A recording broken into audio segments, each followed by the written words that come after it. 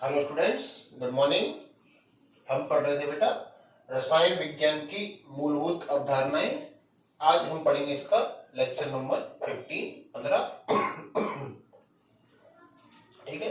पिछले लेक्चर में बेटा हमने डिस्कस किया था मोलरता के बारे में। ठीक है। आज हम पढ़ेंगे नॉर्मलता के बारे में।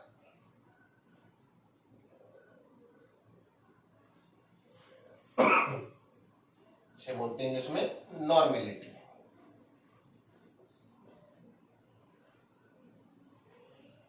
ये भी थोड़ा सा बेटा इंपॉर्टेंट टॉपिक है, ध्यान देना है आपको। ठीक है। इसे हम दर्शाते हैं बेटा कैपिटल एन से।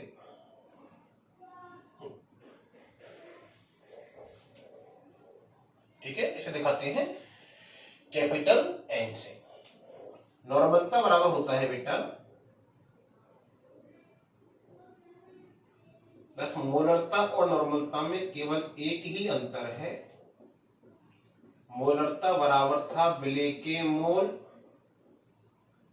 और नॉर्मलता बराबर जो होता है बेटा वो होता है विलेय के ग्राम तुल्यांक बटे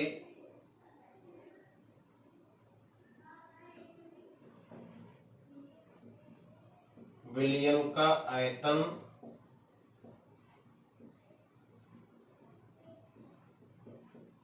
लीटर। विलेय के ग्राम तुल्यांक बटे विलयन का आयतन लीटर में। क्लियर? ठीक है। वही परिभाषा कहेंगे इसकी, हम कह देंगे यदि विलयन का आयतन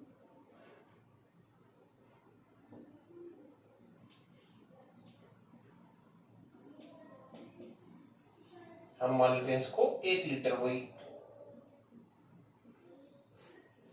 तो हम इसको बोल देंगे नॉर्मलता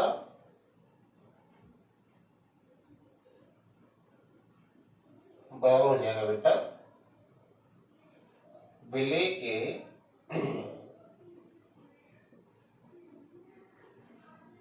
ग्राम तुल्यांक। अर्थात यदि मैं इसकी लिखूं परिभाषा, तो परिभाषा क्या होगी बेटा? अर्थात किसी विलयन के 1 लीटर आयतन में उपस्थित विलेय के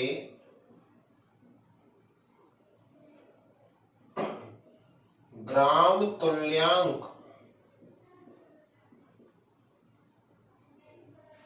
उस विलयन की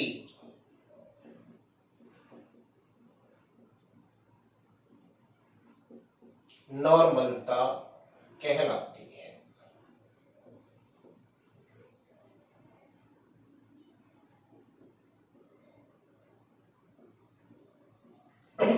ये होती है बेटा नॉर्मलता कि किसी विलयन के 1 लीटर आयतन में उपस्थित विलेय के ग्राम तुल्यांक उसे बोलते हैं उस विलयन की नॉर्मलता। क्लियर? तो सबसे मुख्य मुद्दे की बात जो आती है बेटा वो आती है कि विलेय के ग्राम तुल्यांक क्या होते हैं। ठीक है, विलेय के ग्राम तुल्यांक क्या होते हैं बेटा?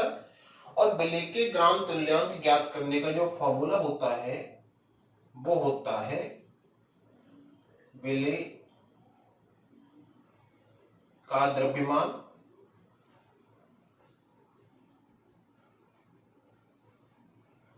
ग्राम में, इसमें हम भाग देते हैं विलेय के तुल्यांकी भार का।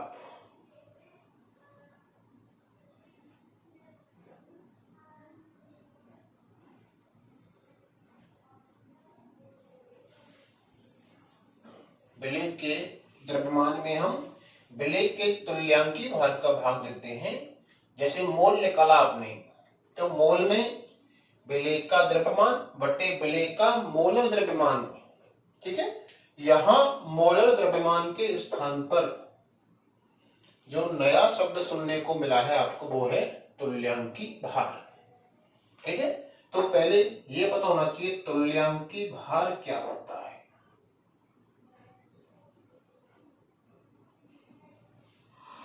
तुल्यांकी भार जो होता है बेटा ये होता है मोलर द्रव्यमान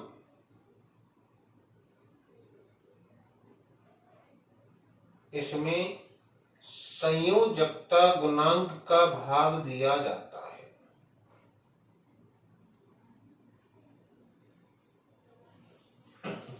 इस संयोजकता गुणांक को इंग्लिश में बोल देते हैं वैलेंसी फैक्टर।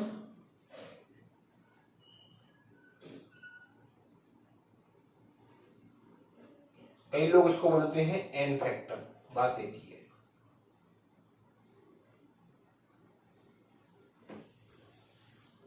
ठीक है, तो तुल्यांकी भार निकालने के लिए मोलर द्रव्यमान में संयोजकता गुणांक का भाग दिया जाता है, वैलेंसी फैक्टर या एन फैक्टर का भाग दिया जाता है। ठीक है, वैलेंसी फैक्टर या एन फैक्टर की बात करें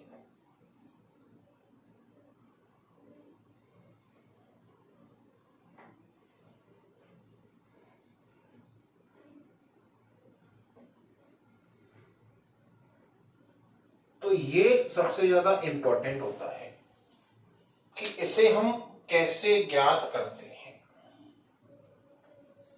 वैलेंसी फैक्टर या एन फैक्टर का मान। ठीक है, तो भाई नॉर्मलता में सबसे पहली बात यहां मोल की जगह मोलरता में मोल था। ठीक है, यहां आ जाएगा ग्राम तुल्यांक, बस बाकी वही की वही है, कोई दिक्कत। परिभाषा में इसे आप इकाई मान लोगे, ये हो जाएगा इसके बराबर, बना दोगे परिभाषा आराम से, किसी बच्चे को कोई समस्या इसमें। ठीक है, इसकी इकाई की बात कहूं मैं, यूनिट की, तो इसकी इकाई हो जाएगी ग्राम तुल्यांक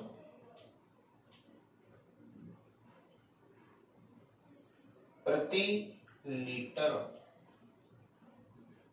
ये हो जाएगी इसकी इकाई, ग्राम तुल्यांक प्रति लीटर। ठीक है, अब ग्राम तुल्यांक निकालने के लिए जो फॉर्मूला होता है, जो कॉन्सेप्ट होता है बेटा, वो होता है द्रव्यमान वही ग्राम में मात्रा मोल की तरह, और नीचे वहां आ रहा था आपका मोलर द्रव्यमान, यहां आएगा तुल्यांकी भार। ठीक है, मोल में आपका आ रहा था मोलर द्रव्यमान, ध्यान होगा आपको, यहां क्या आएगा बेटा तुल्यांकी भार। ठीक है, तुल्यांकी भार कैसे निकालते हैं, तुल्यांकी भार को इंग्लिश में बोलते हैं इक्विवेलेंट वेट।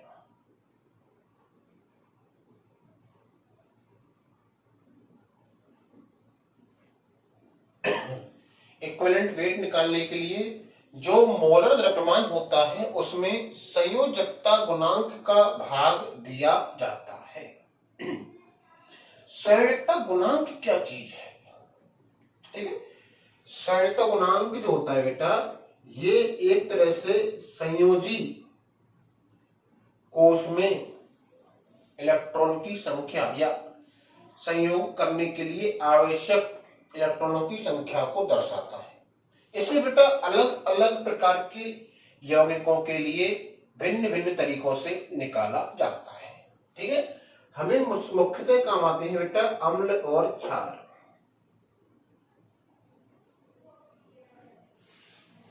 ठीक है, आप सिंपल भाषा में जानते हो, अम्ल वे होते हैं जो H+ आयन देते हैं,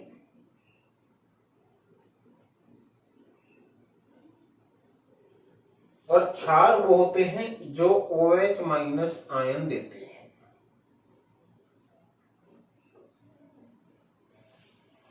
अम्ल वो होते हैं जो देते हैं H+ आयन, और क्षार वो होते हैं जो OH- आयन देते हैं। ठीक है, तो किसी भी अम्ल का संयोजकता गुणांक जो है वो होता है अम्ल का संयोजकता गुणांक जो है वो होता है अम्ल द्वारा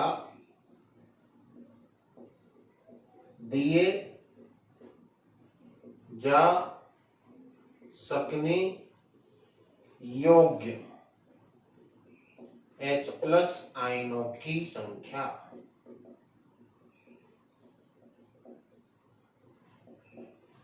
और किसी क्षार का संयोजकता गुणांक जो है बेटा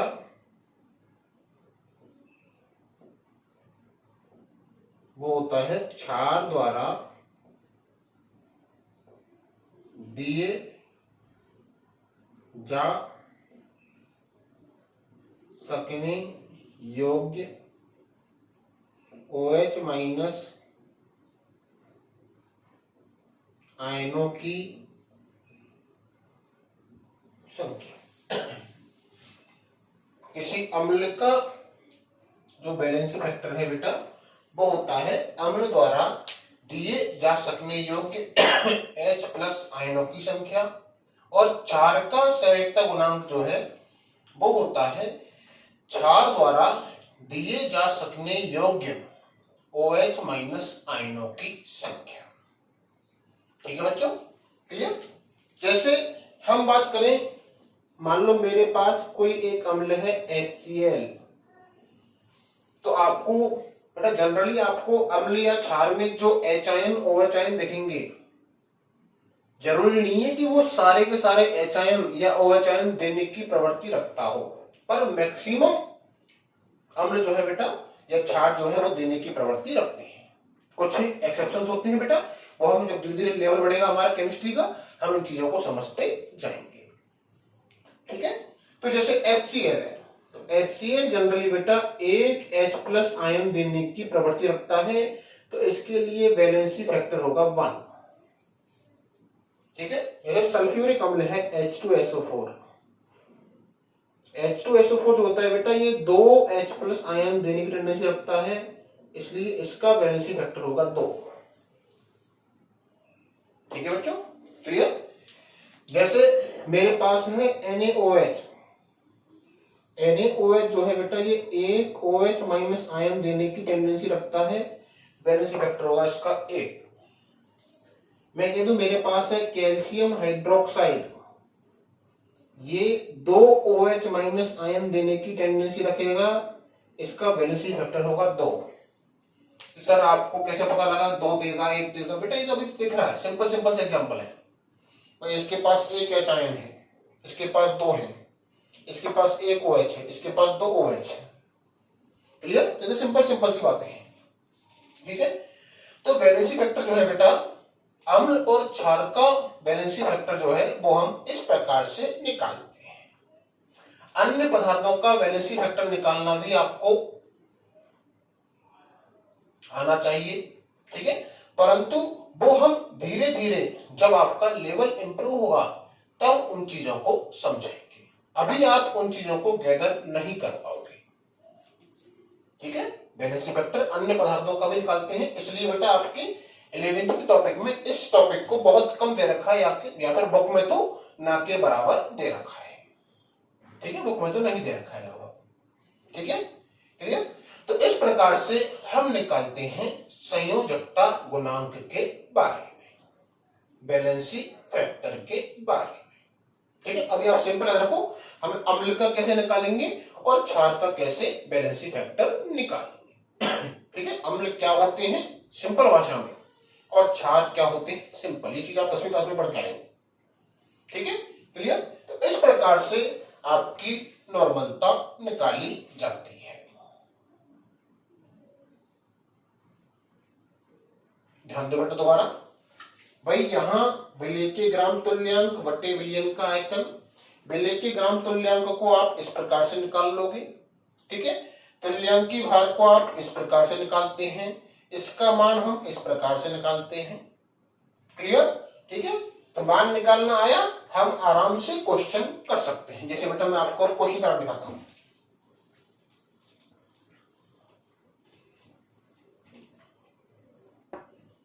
मान लो मेरे पास एक क्वेश्चन है बेटा,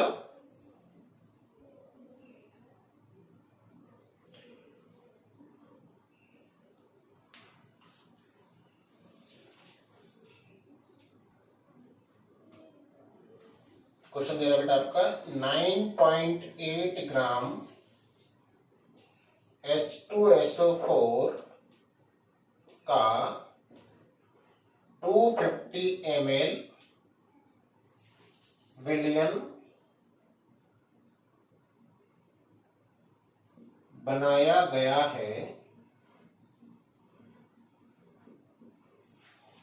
विलयन की नॉर्मलता ज्ञात करो। बेटा अब आप बहुत सब कर लोगे ना, जैसे आपने मूलता में किया था कि आयतन ml में दे रखा हो तो क्या है, इसे खोल लिखना हो तो कैसे लिखेंगे। ठीक है, अब वो सब फॉर्मूला जरूरत नहीं है, आपका मेन फॉर्मूला ये है जिसे आपको याद करना है, जो हमेशा आपको याद होना चाहिए नॉर्मलता के लिए। जैसे ही नॉर्मलता का नाम आए आपके दिमाग में ये फॉर्मूला तुरंत क्लिक हो जाना चाहिए। ठीक है, देखिए भैया यहां दे रखा है आपको H2SO4 की ग्राम में मात्रा और वो है आपकी 9.8 ग्राम। या आपने H2SO4 का द्रव्यमान बातें की बेटा। भाई ग्राम में क्या होता है हमेशा, द्रव्यमान। ठीक है, और दे रखा है आपको विलयन का आयतन,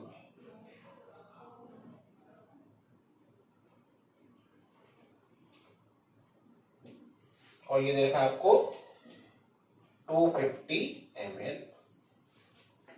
ठीक है, आपको निकालनी है नॉर्मलता, नॉर्मेलिटी। ठीक है, नॉर्मेलिटी बराबर विलेय के ग्राम तुल्यांक, इसे आप खोलोगे विलेय का द्रव्यमान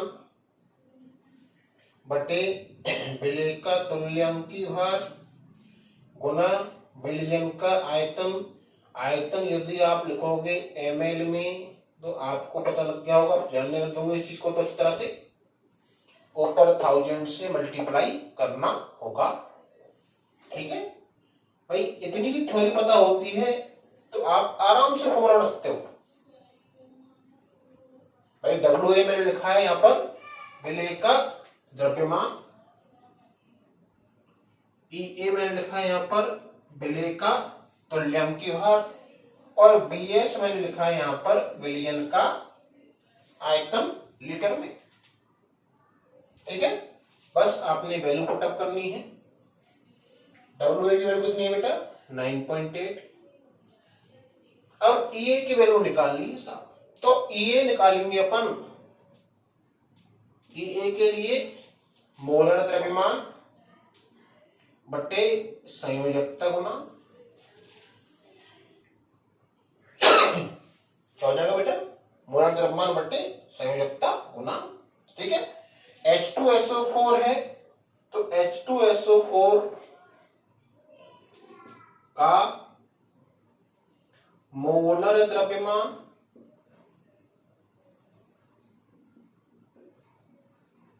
क्या हो गया, 2 + 32 + 64,